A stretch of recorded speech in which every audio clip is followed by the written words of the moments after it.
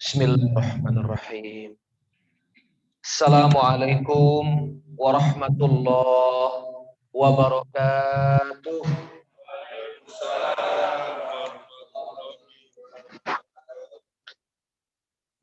Alhamdulillah, alhamdulillahirabbil alamin. Wassalatu wassalamu ala rasulil amin. Sayyidina wa habibina wa maulana Muhammad sallallahu alaihi wasallam wa ashabihi ajma'in. Ashhadu an la ilaha illallah wa ashhadu anna Muhammadar Rasulullah.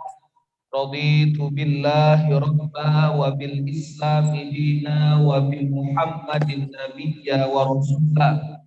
Subhanaka la ilma lana illa ma 'allamtana innaka antal alimul hakim.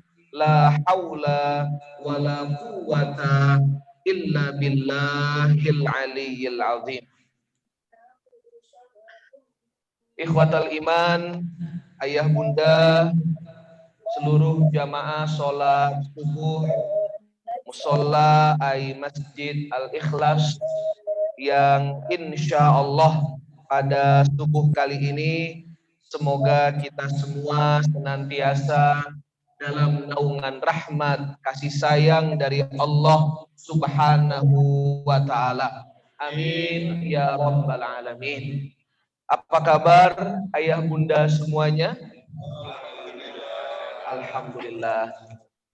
Mudah-mudahan di penghujung bulan Syawal dan tidak terlambat kiranya kami sampaikan taqabbalallahu minna wa minkum siyamana wa siyamakum minal aidina wal faizin. Semoga Allah Subhanahu wa ta'ala menerima seluruh amal soleh kita semua selama bulan Ramadan kemarin, sholat kita, puasa kita, sedekah kita, dan bacaan Quran kita, dan harapan kita semoga Allah kembali mempertemukan kita dengan bulan Ramadan di tahun yang akan datang. Amin ya rabbal alamin. Insya Allah. Salam dan salawat kita sampaikan kepada baginda Rasul, baginda yang tercinta, Nabi besar Muhammad sallallahu alaihi wasallam. Bapak Ibu jamaah yang dimuliakan Allah Subhanahu wa taala, mari sama-sama kita mulai ta'lim subuh kita pada pagi hari ini dengan bersama-sama membaca basmalah. Bismillahirrahmanirrahim. Jamaah yang dimuliakan Allah Subhanahu wa taala, sebagaimana yang disampaikan oleh imam kita tadi, bahwa insya Allah pada pagi hari ini kita akan mentadabburi bagian dari surah Al-Kahfi. Di depan ada sebuah ilustrasi atau sebuah gambar, ya. Di situ dituliskan Cave of the Seven Sleepers. Gua tempat 7 orang yang ditidurkan oleh Allah Subhanahu wa ta'ala. Dari 114 surah yang ada di dalam Al-Quran, satu surah yang disunnahkan, ya? Satu surah yang disunnahkan untuk kita istiqamahkan membacanya, terutama di malam atau hari Jumat, yaitu surah Al-Kahfi. Ya, banyak sekali hikmah, banyak sekali keutamaan, dan banyak sekali penjelasan ulama kenapa surah ini disampaikan secara eksplisit dengan jelas oleh Rasul Shallallahu Alaihi Wasallam menjadi surah yang diamalkan di malam Jumat atau hari Jumat. Ya. Dan ternyata kalau Nabi Shallallahu Alaihi Wasallam mentaksis, mengkhususkan sesuatu, biasanya terdapat hal-hal yang luar biasa di dalam. Jadi tidak sembarangan. Di antaranya adalah surah Al-Kahfi adalah surah yang mampu menyelamatkan kita dari fitnah Al-Masih Ad-Dajjal. Karena kita tahu kita ini sudah hidup di akhir zaman. Kalau bicara grafik atau kurva, kurvanya itu akan sampai puncak. Nah, sampai puncaknya ini kata para ulama, puncak dari akhir zaman, puncak segala fitnah, puncak segala keburukan di akhir zaman ini, puncaknya itu adalah Dajjal. Jadi sebelum sampai puncaknya, kita akan terus mengalami proses di mana umat ini akan terseleksi satu persatu, di mana kita akan melihat di antara umat ini akan terjadi ujian demi ujian. Yang makin beriman semakin tajam imannya, yang mereka golongan kiri ya ashabus shimal ya orang-orang golongan kiri, orang-orang fasik, orang-orang munafik, orang-orang kafir kepada Allah, mereka juga semakin ke kiri. Nah, agar kita selamat dan keluarga kita dari fitnah akhir zaman dan puncaknya adalah fitnah Dajjal, di antaranya caranya adalah kita rutin membaca surah Al-Kahfi setiap malam Jumat atau hari Jumat. Karena sebelum fitnah Dajjal ini muncul, waduh, ujian semakin berat. Makanya bagi orang-orang yang beriman, ayah bunda yang dicintai Allah, tidak heran ketika kita melihat semakin hari ujian umat ini semakin berat tantangannya. Tujuannya cuma satu, Allah pengen lihat, liyabluwakum ayyukum ahsanu amala. Siapa di antara kita yang terbaik kualitas amalnya. Mudah-mudahan kita semua dilindungi oleh Allah Subhanahu wa taala dari segala fitnah di akhir zaman, dan puncaknya kita semua istiqamah mengamalkan membaca surah Al-Kahfi, terutama 10 ayat pertama dan 10 ayat terakhir. Insya Allah. Jamaah yang dimuliakan Allah Subhanahu wa taala, saya mulai dengan firman Allah taala. A'udzu billahi minasyaitonir rajim. Di dalam Al-Qur'an Allah berfirman, walabithu fi kahfihim salasami'atin sinina wazdadu tis'a. Dan mereka itu satu atau banyak, Bunda? Satu atau banyak? Banyak, ya. Mereka berarti lebih dari satu. Dan mereka tinggal di dalam gua fi kahfihim. Mereka tinggal di dalam gua tersebut salasami'ah. 300 sinin tahun, wazdadu tis'a, ditambah 9 tahun lagi. Jadi bahasa Quran itu, penghuni gua Ashabul Kahfi yang jumlahnya lebih dari satu orang, ditidurkan Allah bukan sehari, bukan 2 hari, tapi 300 tahun ditambah 9 tahun. Masya Allah, ini merupakan satu waktu yang sangat lama, dan kita bertanya, bagaimana mungkin Allah menidurkan beberapa orang di dalam sebuah gua dalam rentang waktu yang lama? Apakah dia benar-benar tidur, atau ada peristiwa penting selama dia tidur sehingga Allah Subhanahu wa taala mengabadikan kisahnya, atau bagaimana kejadiannya? Kita lanjutkan. Nah, perhatikan ayat di depan. Terlihat jelas ya? Terlihat jelas ayah? Nah, Masya Allah, karena ini LCD-nya baru sepertinya ini ya. Warnanya putih, Masya Allah. Nah, ini kita lihat ayat di depan, satu potongan, tetapi ada beberapa yang saya warnai merah. Kita baca sama-sama ayat tersebut ya. A'udzu billahi minasyaitonir rajim. Bismillahirrahmanirrahim. Jelas tulisannya ya? Sayaquluna thalathatur rabi'uhum kalbuhum wa yaquluna khamsatun sadisuhum kalbuhum rajman bil ghaib wa yaquluna sab'atun wa thaminuhum kalbuhum Qur Rabbi a'lamu bi'iddatihim ma ya'lamuhum illa qalil fala tumari fihim illa mira'an zahira wala tastaf fihim minhum ahada. Masya Allah. Allah berfirman, sayaquluna thalathatur rabi'uhum kalbuhum. Mereka ada yang mengatakan, nanti ada orang-orang yang mengatakan, jumlah mereka itu salasah, 3 orang.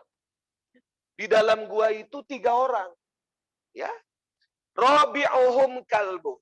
Yang keempat, anjing mereka. Wa yaqulun, ada yang mengatakan khamsatun. Mereka itu 5. Sadisuhum kalbuhum. Yang keenam, anjingnya. Rajmam bil ghaib.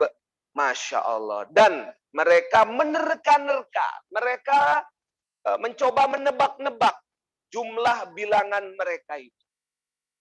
Wa yaquluna sab'atu wa thaminuhum kalbuhum. Ada yang mengatakan mereka itu sab'ah. Ya, 7 wa thaminuhum kalbuhum dan yang kedelapannya adalah anjing. Qur Rabbi, katakanlah Tuhanku a'lamu bi'iddatihim, lebih mengetahui jumlah mereka ma ya'lamuhum illa qalil. Tidak ada orang yang mengetahui bilangan mereka kecuali hanya sedikit saja. Masya Allah. Fala tumari fihim illa mira'an zahira wala tastafti fihim minhum ahada. Menarik di ayat ini. Surah Al-Kahfi ayat 22 ada satu yang diulang-ulang. Apa yang diulang-ulang? Kata apa yang diulang-ulang? Kalbuhum. Masya Allah. Ya. Nih, boleh izin berdiri ya. Kalau saya duduk ngantuk nanti saya. Karena AC-nya mantap sekali. Nah, di sini di ayat Al-Kahfi ayat 22 ada satu ayat atau satu bagian ayat Bunda yang diulang sampai 3 kali. Kalbuhum, kalbuhum, kalbuhum. Artinya apa? Anjingnya, anjingnya, anjingnya. Masya Allah. Jadi, kalau kata ulama, terutama ulama tafsir, ketika Allah mengulangi di dalam Quran sesuatu, berarti sesuatu itu penting dan harus kita mencurahkan perhatian ke sana. Kenapa Allah sampai mengulang? Padahal kalau secara bahasa, bisa saja kalbuhumnya ditaruh di akhir saja. Di awal nggak usah dikasih. Tetapi di akhir saja. Tetapi kenapa di setiap part, setiap bagian Allah tekankan yang keempat anjingnya. Yang kelima anjingnya. Yang kedelapan anjingnya. Masya Allah. Kita tahu bahwa di Islam, ya Islam mengajarkan kita bahwa, gak enak ngomongnya ya, guguk lah ya. Guguk itu hewan yang najisnya gimana coba bayangin? Najisnya gimana? Mughalladhah. Tipikal najisnya itu najis berat. Ya, jadi ada mughalladhah, ada mutawasithah, ada mukhaffafah. Ada najis ringan, ada najis sedang, ada berat. Yang berat ini perlakuannya berbeda dengan najis yang biasa. Kalau yang biasa cukup disiram, cukup dibasuh, selesai. Tapi kalau mughalladhah harus diapain ayahanda bunda? Harus disertuk, dibasuh, salah satu basuhannya dari 7 basuhan, salah satunya dicampur dengan tanah. Ini ada perlakuan yang berbeda. Tetapi kenapa di dalam surah Al-Kahfi Allah mengulangi kata anjing itu 3 kali? Masya Allah. Ini luar biasa. Ya. Emang anjing Ashabul Kahfi ini ngapain sih? Kok sampai Allah ngulang 3 kali disebutkan dalam Al-Quran? Emang anjing Ashabul Kahfi ini kontribusinya apa? Kita kan pengen tahu. Karena Allah mengulangi berarti ada sesuatu yang penting. Sesuatu yang penting berarti ada pelajaran buat kita orang-orang yang beriman. Nah, ini mulut gua Ashabul Kahfi. Nanti ayah bunda bisa search di YouTube, ya, gua Ashabul Kahfi. Nanti bisa dilihat ada beberapa liputan dalam 1 jam, ada setengah jam, ada 45 menit. Bagaimana napak tilas ke gua Ashabul Kahfi. Nah, sampai di mulut gua Ashabul Kahfi, nanti di situ dalam riwayat, bahkan dalam Al-Quran disebutkan tadi, disebutkan jumlah mereka ada beberapa bilangan. Ada yang mengatakan 3, ada yang mengatakan 5, ada yang mengatakan 7. Oke, yang bilangan yang terakhir di surah Al-Kahfi, jumlahnya ada berapa bunda? 7. Wasaba'atu wathaminuhum kalbu. Yang ke-8-nya adalah anjingnya. Masya Allah. Kalau kita baca dalam sejarah, nama-nama mereka, memang mereka ini adalah orang-orang yang istimewa. Yang pertama namanya Tamlika. Yang kedua namanya Maksalmina. Yang ketiga namanya Martunus. Yang keempat namanya Nainunus. Yang kelima namanya Saryunus. Yang keenam namanya Zunuanus. Yang ketujuh namanya Falyastat Yunus. Us-us semua. Ya, karena memang dia di bangsa Babilonia. Babilonia itu us-us semua. Ya, rata-rata us-us belakangnya. Kalau saya di situ berarti Ardius. Kalau Pak Edi namanya berarti apa? Edius. Imam kita. Biasanya. Makanya dewa-dewa Yunani, dewa-dewa Bizantium dulu, itu us-us semua. Zeus. Iya kan? Kemudian, pokoknya us-us lah. Ya, jangan-jangan Uus juga sama ya. Masya Allah. Nah, kata para ulama, Ashabul Kahfi itu, 7 orang ini yang disebutkan namanya oleh beberapa ahli sejarah, ini mereka hidup sebelum diutusnya Nabi Muhammad Sallallahu Alaihi Wasallam, setelah diutusnya Nabi Isa Alaihi Salam. Jadi menjelang diutusnya Rasul Sallallahu Alaihi Wasallam. Nah, mereka ini yang menarik adalah sejarah menyebutkan fakta di antara 7 orang ada 1 yang bukan manusia, yaitu guguk, namanya Kitmir. Namanya siapa? Kitmir, nama anjingnya itu Kitmir. Nah, 7 orang inilah yang disebutkan di dalam Al-Quran dan menjadi intisari pembahasan awal surah Al-Kahfi. Saya fokus tidak membahas kenapa mereka disatukan Allah, tapi saya pengen bahas satu yang paling beda. Ini. Kenapa ada guguk ini? Kenapa ada anjing ini? Kenapa sampai Allah mengulang 5 kali nama kalbun? Makanya perhatikan bunda, Kalau di dalam Al-Quran jangan sampai salah sebut ya. Kalbuhum, kalbun. Bun beda. Coba, kalbun. Kalbuhum. Pakai K. Kalau kolbun, nih. Apa? Hati. Jagalah hati. Ya muqallibal qulub. Tadi imam kita baca doa selesai subuh. Ya muqallibal qulub, tsabbit qalbi ala dinik wa ta'atik. Wahai yang menggenggam hati. Kalau ya muqallibal qulub, wahai yang menggenggam anjing. Jangan sampai kebalik. Jadi pakai kaf itu adalah anjing, pakai kof hati. Jadi beda satu huruf, artinya beda langit dan bumi, jauh. Makanya hati-hati dalam kita baca Quran, dalam kita berdoa ya, karena beda huruf akan beda makna, jauh sekali. Nah, kenapa Allah Subhanahu wa taala mengulangi sampai 5 kali, bahkan di ayat ke-22 sampai 3 kali tentang anjing ini ya. Ada 7 orang. Nah, siapakah mereka itu? Apakah mereka orang tua? Apakah mereka bapak-bapak? Apakah mereka ibu-ibu? Atau mereka anak kecil? Atau siapa? Allah sampaikan. Innahum fityatun amanu birabbihim wazidnahum.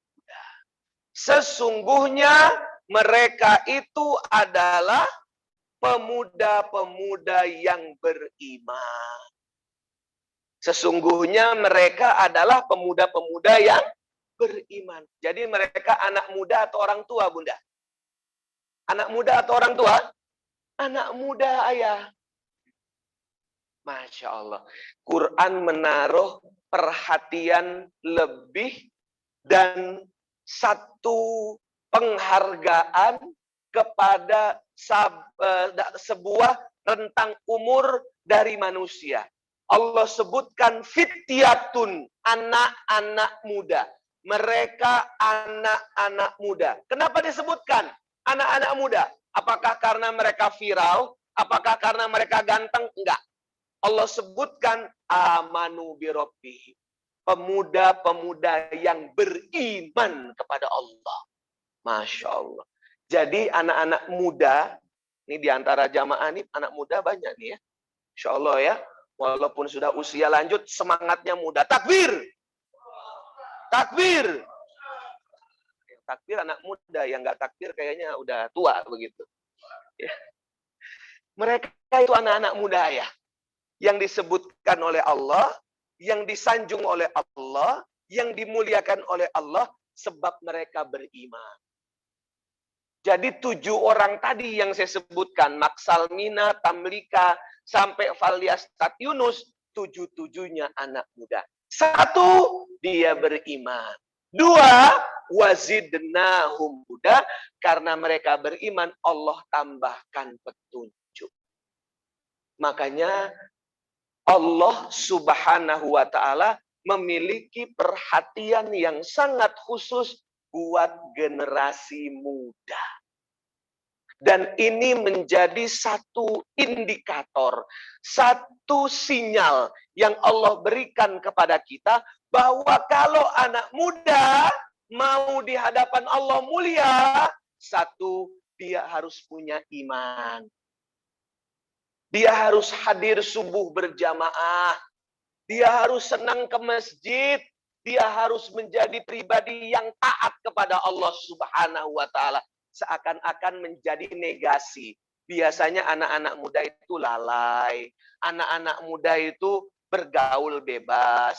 Biasanya yang namanya orang yang beriman, orang-orang soleh, ya biasanya orang tua.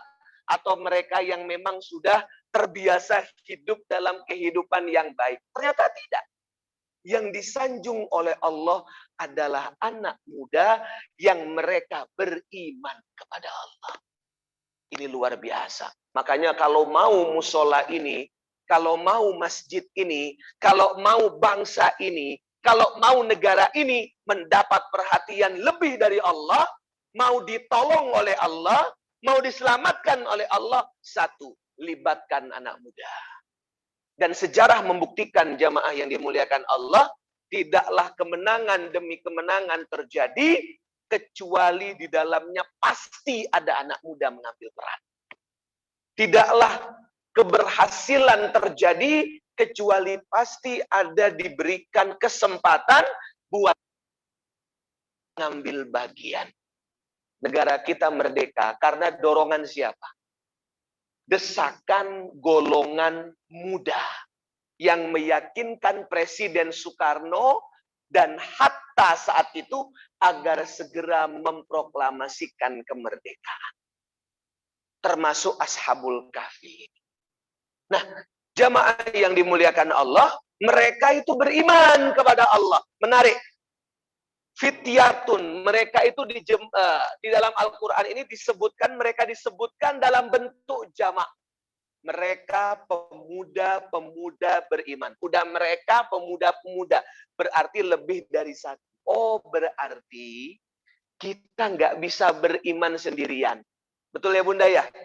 Berarti kita nggak bisa soleh sendirian. Kita nggak bisa taat sendirian. Kita nggak bisa masuk surga sendirian. Kecuali kita soleh bersama-sama. Itulah kenapa kita disunnahkan, bahkan hukumnya sunnah muakkad, bahkan sebagian mengatakan wajib, sholat berjamaah bagi orang Islam itu hukumnya wajib. Karena bersama-sama. Jelas Bunda? Jelas Ayah? Itu kenapa dalam Islam posisi sholat secara berjamaah, hukum yang paling ringan adalah sunnah muakkad. Sunnah yang hampir wajib, karena di situ ibadah yang dilakukan adalah ibadah yang utama. Sholat yang paling utama, dan secara berjamaah lebih utama. Maka jamaah yang dimuliakan Allah Subhanahu wa Ta'ala, mereka ini adalah anak-anak muda yang beriman. Mereka ini adalah orang-orang yang beriman. Nah, yang menarik, dari mereka ini ada yang membawa seekor anjing. Ya. Allah sampaikan ayat 18. Tadi ayat 22, kita mundur 4 ayat sebelumnya. Apa sih yang dikerjakan oleh anjingnya itu sampai anjingnya itu disebutkan Allah? Saya sampaikan tadi sampai 5 kali dalam Al-Kahfi disebutkan. وَتَحْسَبُهُمْ أَيْقَظًا وَهُمْ رُقُودٌ. Dan kamu mengira bahwa mereka itu bangun. Kamu kira Ashabul Kahfi yang 7 orang mereka bangun. 300 tahun itu mereka bangun. Enggak. Wahum rukud. Tapi mereka itu tidur. Jadi 300 tahun itu tidur terus, Pak. Enggak bangun-bangun, Bunda. Siapa yang mengira bahwa mereka itu bangun? Enggak, kata Allah. Mereka itu tidur. Ya. Terus wa nuqallibuhum dzatal yamin wa dzatas shimal. Kami bolak-balikkan badan mereka ke kanan dan ke kiri. Jadi ketika Ashabul Kahfi, orang-orang anak-anak muda tadi, yang 7 orang tadi ditidurkan oleh Allah di dalam gua, tidak tidur dalam posisi terlentang saja. Tidak tidur dalam posisi satu posisi, tapi Allah bolak-balikkan ke kanan dan ke kiri. Ini indikasi bahwa mereka semua 7 orang masih hidup.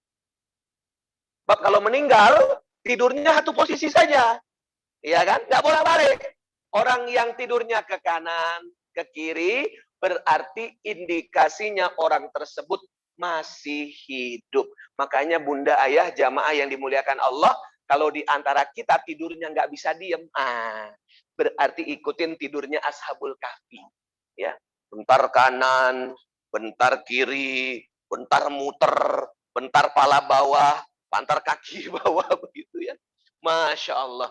Ada tuh orang yang tidurnya nggak bisa diem, ada tuh. Ya, berarti dia indikasinya masih hidup. Kalau dia tidurnya diem, berarti sudah innalillahi wa inna ilaihi. Dan ini ajaib.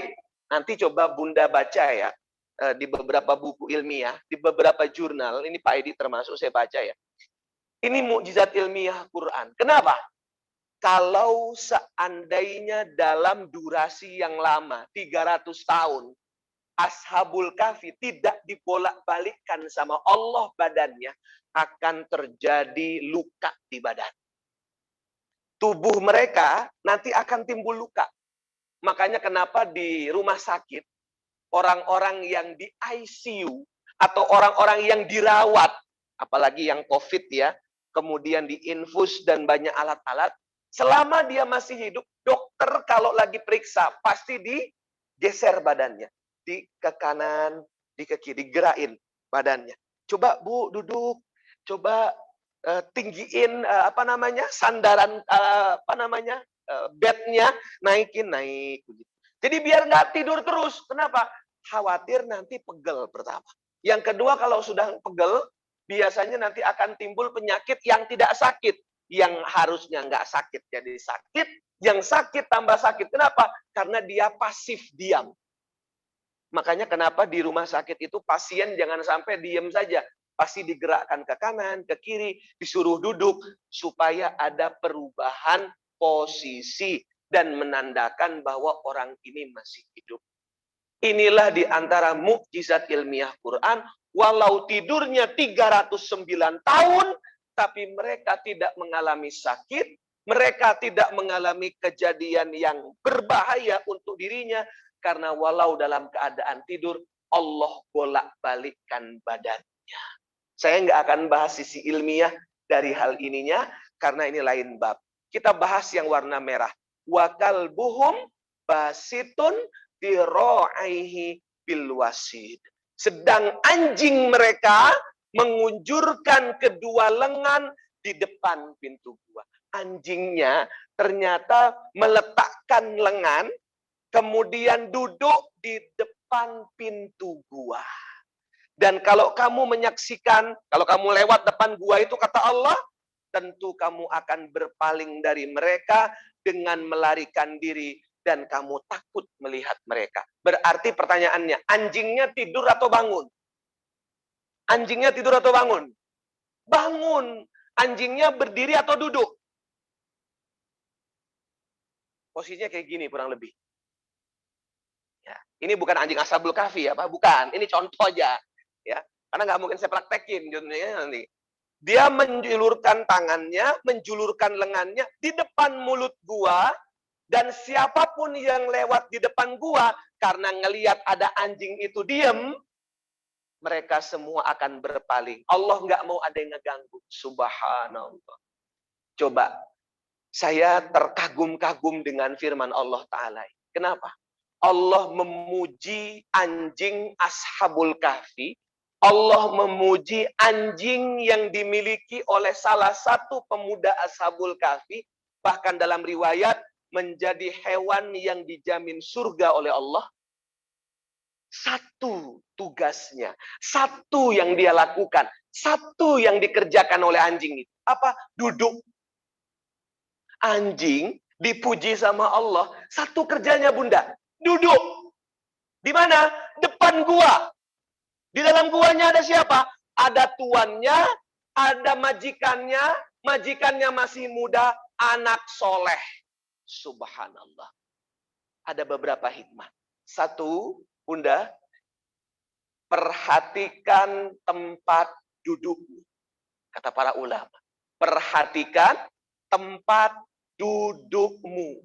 Tempat dudukmu menentukan posisimu di hadapan Allah. Hati-hati. Ini banyak yang orang kadang-kadang abai. Kita seringkali mencari sesuatu yang mulia dengan cara yang salah. Kita mencari sesuatu yang baik dengan cara yang keliru. Padahal dengan cara yang sederhana, kita bisa mendapatkan kemuliaan. Bagaimana seekor anjing duduk bisa menjadi mulia di hadapan Allah. Karena dia duduk bersama 7 orang anak muda, majikan-majikannya yang semuanya beriman. Subhanallah. Kalau anjing saja duduk ngejaga gua, di dalamnya ada 7 orang soleh, 7 anak muda yang beriman, Allah puji, Allah sanjung, karena anjing tersebut diam di depan mulut gua. bagaimana dengan duduk kita subuh kali ini? Insya, duduknya di mana kita, Bunda? Di mana duduknya? Ayah, di mana duduknya? Di masjid, di musola, di rumah Allah. Yang duduk bukan anjing, tapi manusia. Hamba Allah. Bukan satu orang, tapi banyak orang. Bukan depan gua, tapi di rumah Allah. Bukan sendiri, tapi rame-rame. Bukan dalam keadaan maksiat, tapi habis sholat subuh berjamaah di masjid. Maka kalau satu ashabul kahfi yang jumlahnya 7 orang, dan dari 7 orang itu satu diantaranya adalah seekor anjing. Seekor anjingnya disanjung puji sama Allah karena dia duduk di depan gua. Mudah-mudahan kita yang duduk di depan ini, saya yang duduk di kursi, jamaah yang duduk di saf-saf masing-masing, duduk di musola di rumahnya yang mulia. Semoga Allah sanjung puji kita di hadapan malaikat-malaikat Allah Subhanahu wa taala. Amin ya rabbal. Harus yakin, itu cara memahaminya. Oh, anjing saja disanjung puji sama Allah. Anjing saja dihargai sama Allah. Apalagi kita yang beriman.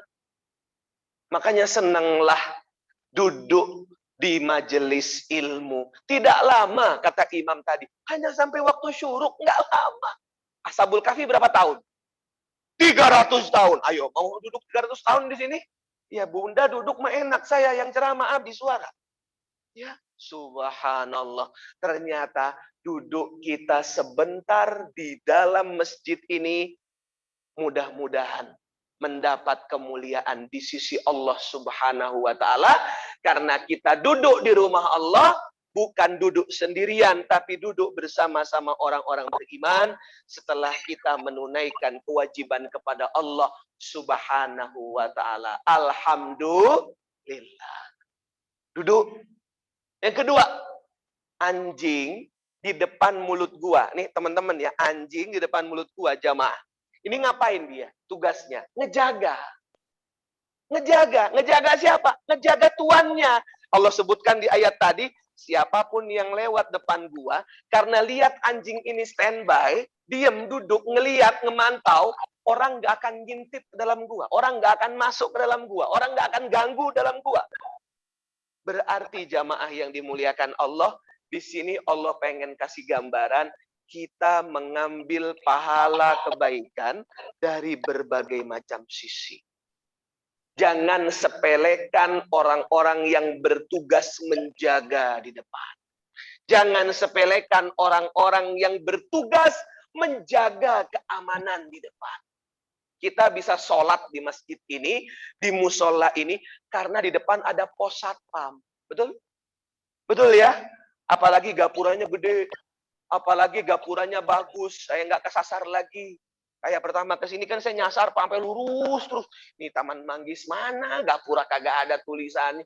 Lolosan ternyata. Sekarang gapuranya gede, ada satpam, Pak. Musola Al-Ikhlas Madang. Oh, Ustadz lurus terus sampai mentok. Itu ada satpam. Satpam tugasnya menjaga. Karena ada satpam, ada security. Kita nih, warga Taman Manggis, bisa nyaman, bisa tenang, bisa adem, bisa nikmat berjamaah di masjid. Betul? Kita keluar nih, momentum Syawal kemarin, walaupun kita nggak bisa mudik, mungkin ada yang ziarah ke makam, mungkin ada yang pergi kemana. Kita tinggalkan rumah, nggak ada yang ngejaga, nggak ada bibi, nggak ada pembantu, kita tinggalkan rumah. Bismillahirrahmanirrahim. Kunci berangkat tenang. Salah satu di antaranya adalah karena di depan ada yang menjaga. Ternyata menjadi seorang muslim, menjadi hamba Allah yang beriman, tidak mesti menjadi ujung tombak. Dia bisa menjadi bagian yang sangat mulia, yaitu orang-orang yang bisa mendatangkan kedamaian, ketenangan dalam kehidupan banyak orang. Makanya jangan pernah maaf lahir batin. Jangan pernah memandang rendah siapapun. Mau dia tukang parkir, mau dia security, mau dia OB, mau dia tukang sapu, jangan-jangan mereka mendapatkan posisi lebih tinggi di hadapan Allah daripada kita. Betul nggak jamaah? Makanya kan ada yang nanya nih Pak Edi, kalau kita lihat di Masjidil Haram, itu kan ada orang-orang yang bajunya warna coklat-coklat. Ketika mau sholat, dia begini. Hadapnya bukan hadap kiblat, hadapnya hadap bukan ke kiblat, tapi ke jamaah. Ditanya sama adik saya, itu kenapa nggak sholat polisi-polisinya? Mereka namanya askar. Mereka itu polisi. Mereka itu tim keamanan masjid. Mereka bertugas menjaga imam. Mereka bertugas menjaga saf pertama. Karena di situ banyak ulama-ulama, banyak imam-imam pengganti. Kalau misalkan terjadi sesuatu, kayak kemarin tuh, 2 Jumat yang lalu atau 1 Jumat yang lalu, ada salah satu jemaah haji, ketika khotib sedang berkhutbah, Syekh Dausi kalau tidak salah, itu ada jamaah haji yang hampir membuka mihrab, kemudian pengen menyakiti imamnya, menyakiti khatibnya. Nah, karena ada askar, dicegah, ditangkap, dibawa ke kantor polisi, ternyata orang yang stres, orang yang lagi sakit, orang yang memang sedang mengkonsumsi obat tertentu, orang ini protes, orang ini nggak suka, akhirnya dia melakukan tindakan di luar batas. Andai tidak ada askar, apa yang terjadi? Maka keamanan dari imam-imam Masjidil Haram, imam-imam Masjid Nabawi itu terancam karena banyak jamaah di belakang. Supaya tenang, ada askar namanya. Ada polisi yang standby menjaga keamanan, ketertiban selama pelaksanaan sholat. Demikian pula kita hidup. Oleh karena itu jamaah yang dimuliakan Allah Subhanahu wa taala, penting sekali mentadaburi surah Al-Kahfi ini, bahwa anjing Ashabul Kahfi ini dia duduk, anjingnya duduk, kemudian anjingnya menjaga tuannya di dalam.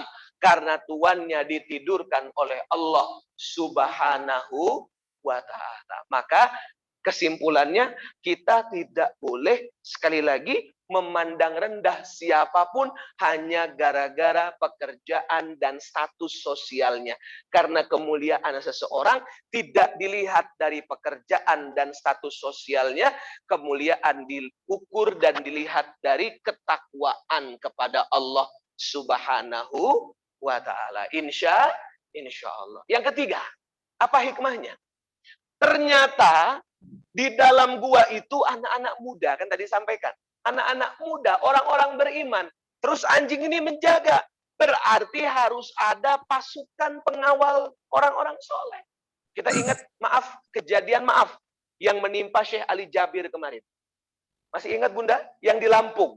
Ketika Syekh Ali Jabir sedang meresmikan satu rumah tahfidz, kemudian sedang wisuda akbar, para santri tahfidz penghafal Quran 30 juz, tiba-tiba naik satu orang nusuk ke sebelah sini, sebelah kanan. Kata Syekh Ali Jabir, nggak tahu ya, kok tiba-tiba hari itu saya pengennya pakai baju warna gelap, warna hitam bajunya. Biasanya kan Syekh Ali kalau Allahu yarham, Syekh Ali rahimahullah, kalau lagi ceramah, biasanya kan bajunya cerah Bunda. Kalau nggak putih, krem. Kalau nggak krem, pokoknya warna-warna cerah lah. Tumben hari itu Syekh Ali, di antara baju yang dibawa oleh tim, beliau ambil yang baju gelap. Timnya juga heran loh, kok Syekh Ali tumben pakai baju gelap? Ternyata hikmahnya subhanallah.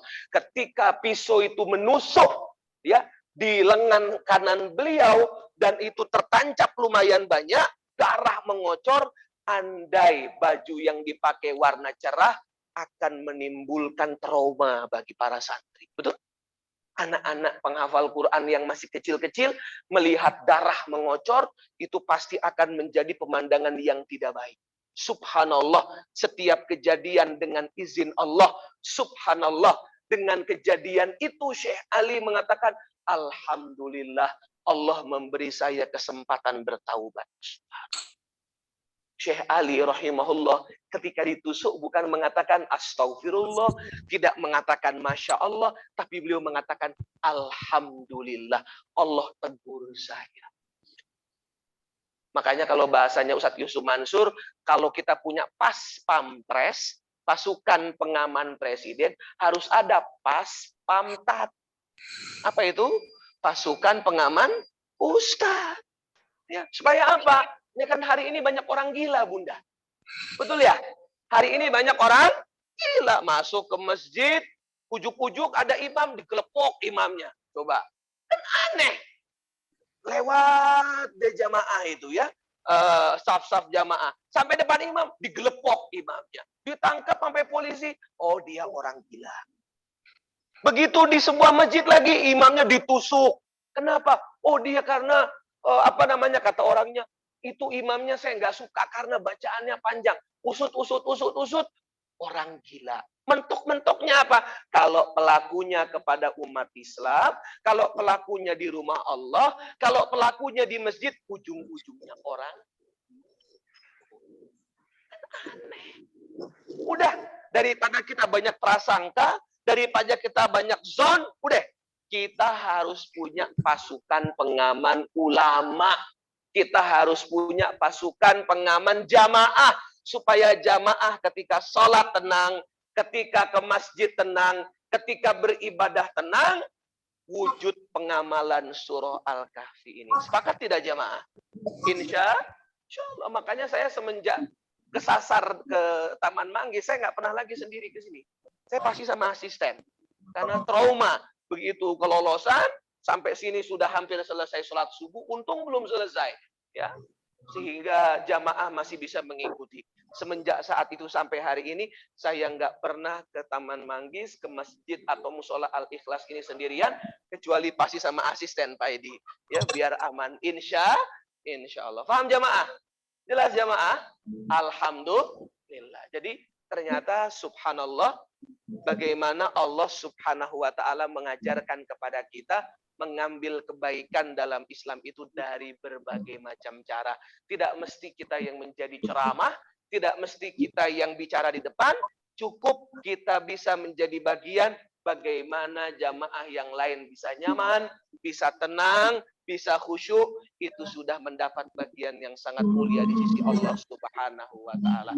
Dan yang paling penting, duduknya kita di musola ini, insya Allah, saya yakin banget, kita ditinggikan nama-namanya oleh Allah Subhanahu wa ta'ala, disanjung puji oleh Allah. Kalau Allah sebutkan anjing Ashabul Kahfi 5 kali dalam Quran, ayat 18 sama ayat 22, kita disebutkan berkali-kali oleh Allah Subhanahu wa ta'ala di hadapan malaikat-malaikat yang mulia. Karena duduk di rumahnya, duduk bersama orang-orang beriman dalam keadaan menuntut ilmu, dalam suasana ba'da sholat subuh. Insya Allah.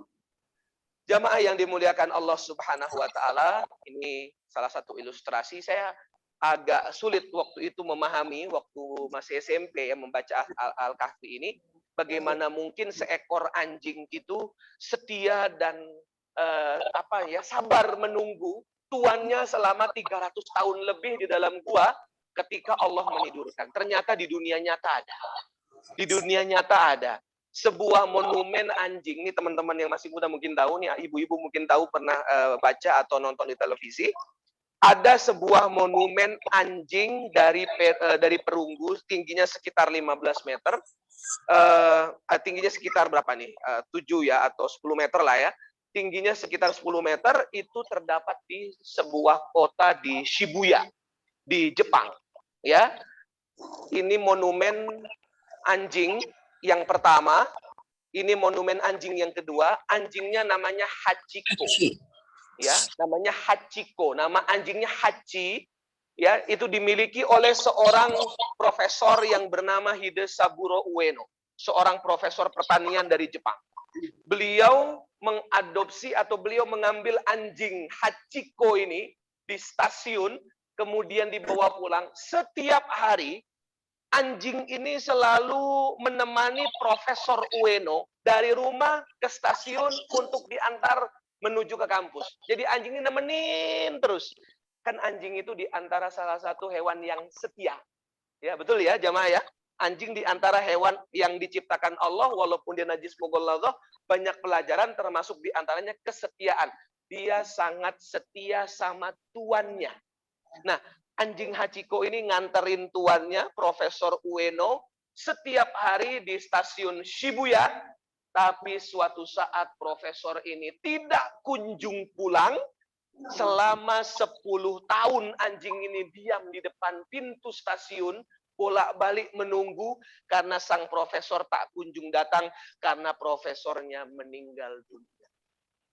Anjing ini nunggu di depan pintu stasiun Shibuya sampai akhirnya meninggal, kemudian dikuburkan di sebelah makam Profesor Ueno. Orang-orang Jepang karena takjub dengan kesetiaan anjing ini, akhirnya mereka membuat sebuah monumen kesetiaan yang namanya Monumen Hachiko.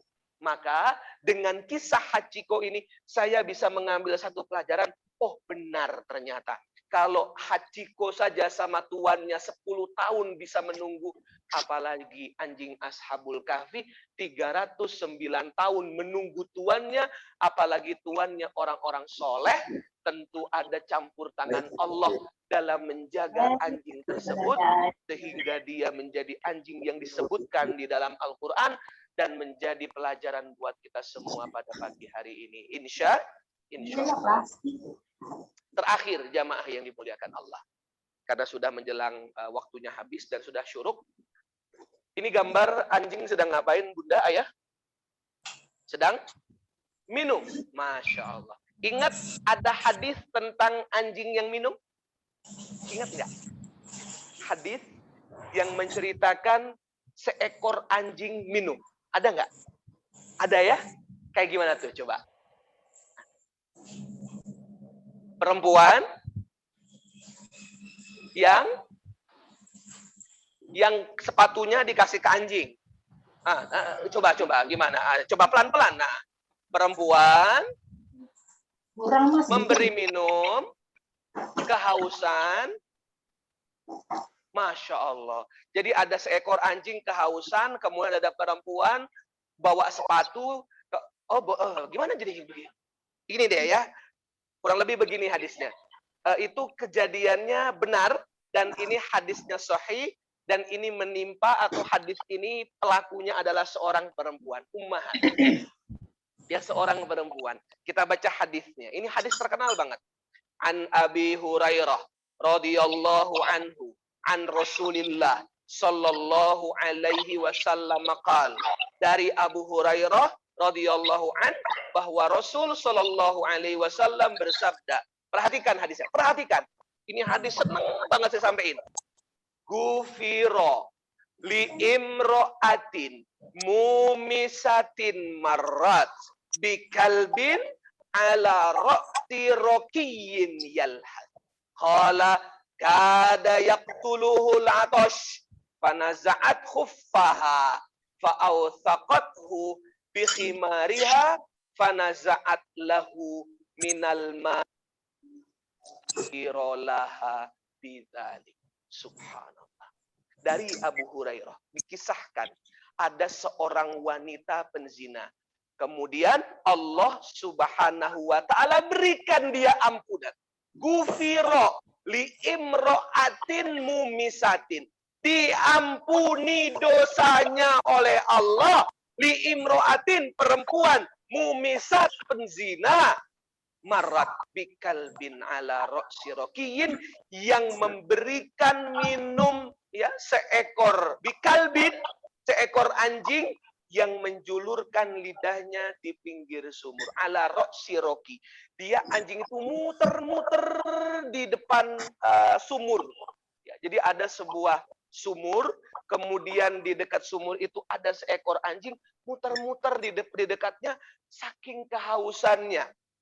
Kemudian yalhath, dia mengeluarkan lidahnya, ya. Kemudian anjing ini hampir saja mati kehausan. Kada yaqtuluhul atash, saking kehausannya. Kemudian wanita penzina ini melepaskan sepatunya, kemudian mengikatnya dengan penutup kepala, lalu dia mengambil air untuk anjing tersebut. Subhan. Ada sumur, kemudian ada perempuan penzina, kemudian dia turun ke dalam sumur, subhanallah. Dia gigit sepatunya, dia naik ke atas, dia minumkan ke anjing itu. Sampai anjing tersebut tidak kehausan, sampai anjing tersebut minum dengan banyaknya, kemudian dengan sebab perbuatannya, fagufirolaha bidzalik. Allah berikan ampunan. Subhanallah. Ini perempuan, yang kedua penzina, ketiga anjing. Subhanallah. Ini menjadi satu pelajaran bagaimana kita bisa meraih ampunan Allah Subhanahu wa ta'ala. Lihat di awal hadis. Ayah, bunda perhatikan di awal hadis. Rasul sampaikan gufiro. Nih, gufiro li imro'atin. Awalnya ada gufiro, akhirnya fagufiro. Diampuni dosa. Ternyata bunda ayah, jamaah yang dimuliakan Allah, kita itu di antara yang paling penting nih ya. Permintaan yang paling pokok sama Allah adalah kita minta agar Allah mengampuni dosa. Betul? Kenapa kita puasa? Kenapa kita tarawih? Kenapa kita tahajud? Kenapa kita Lailatul Qadar? Gufiro lahu ma taqaddama min dzambi. Diampuni dosa setahun, diampuni dosa-dosa yang telah lalu. Dan hampir semua ibadah amal soleh kita dalam Islam itu buahnya ampunan dosa. Puasa Asyura, puasa Arafah, mengampuni dosa 2 tahun. Setahun yang akan datang dan setahun yang lalu. Puasa Arafah, mengampuni dosa setahun yang lalu. Semua ibadah tujuannya adalah ampunan dosa. Bahkan ajaibnya, dalam keadaan sholat, ketika kita sholat, posisi duduk antara 2 sujud, ada 8 doa yang kita minta sama Allah. Apa saja? Rabbil firli, warhamni, wajburni, warfa'ni, warzuqni, wahdini, wa'afini, wa'fu'an. 8. Tapi yang kita minta pertama sama Allah, Rabbil firli. Kita minta. Ya. Ternyata bunda jamaah yang dimuliakan Allah, kita itu lebih butuh ampunan Allah. Karena kita terlampau banyak dosa, terlampau banyak salah.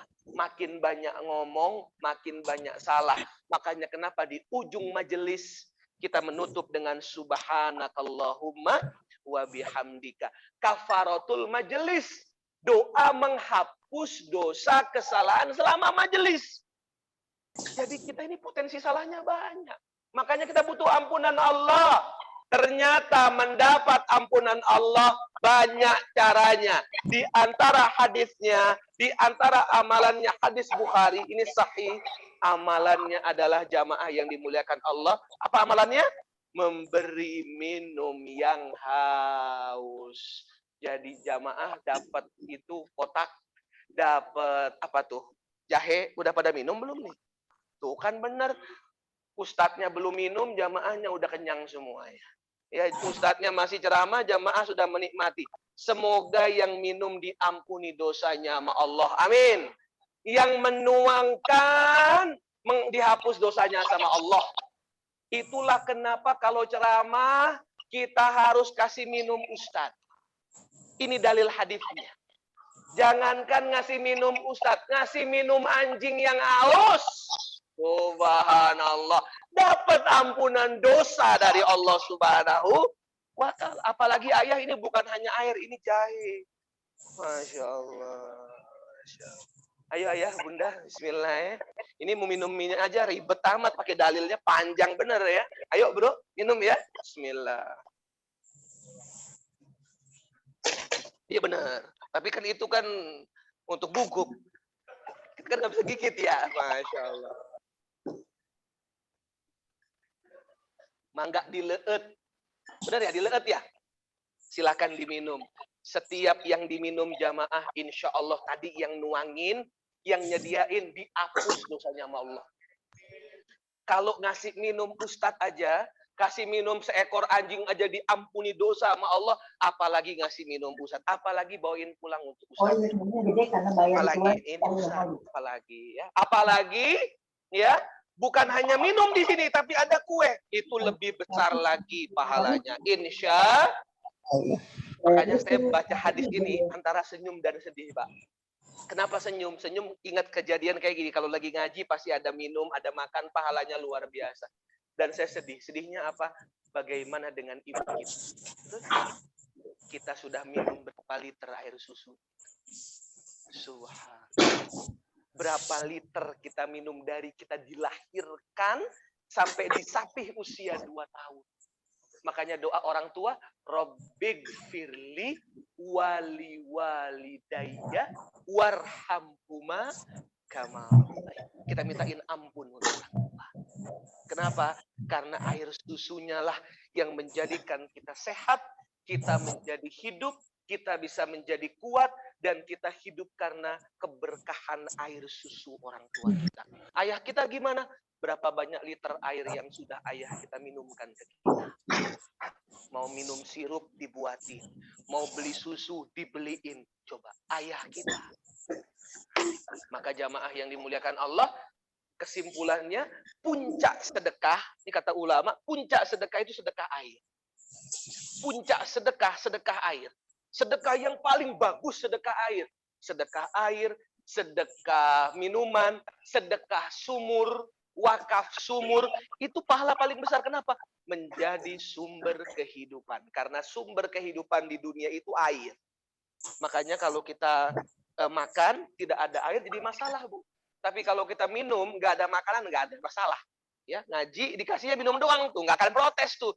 Tapi kalau dikasih kue, nggak ada makanan, apalagi pedas, apalagi kering, ya udah itu nggak ada minuman. Apalagi puasa, lagi sahur, ya begitu sahur ada kerupuk kulit, ada sambal, ada apa, baru mulai sudah adzan. Nah itu sadaqallahul azim itu. Kalau belum minum, insya Allah batuknya luar biasa.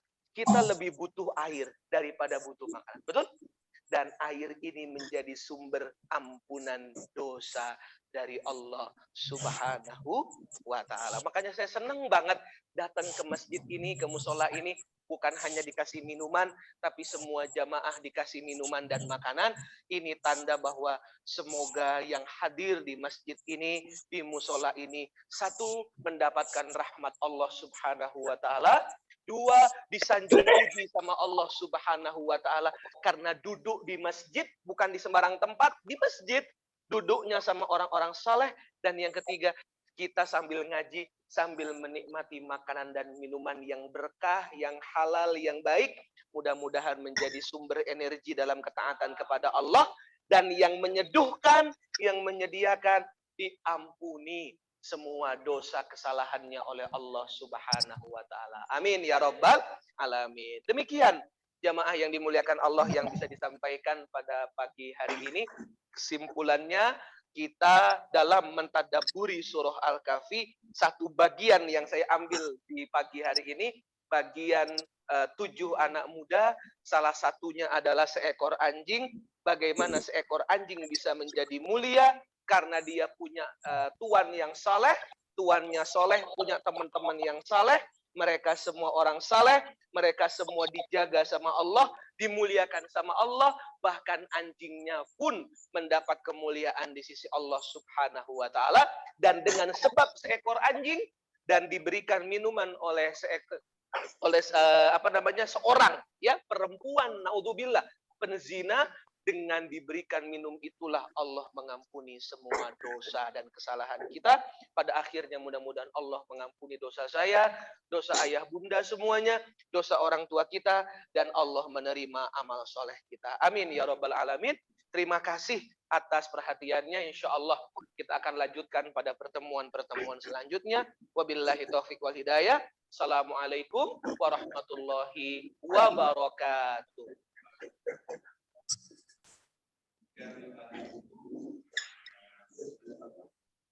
Pak.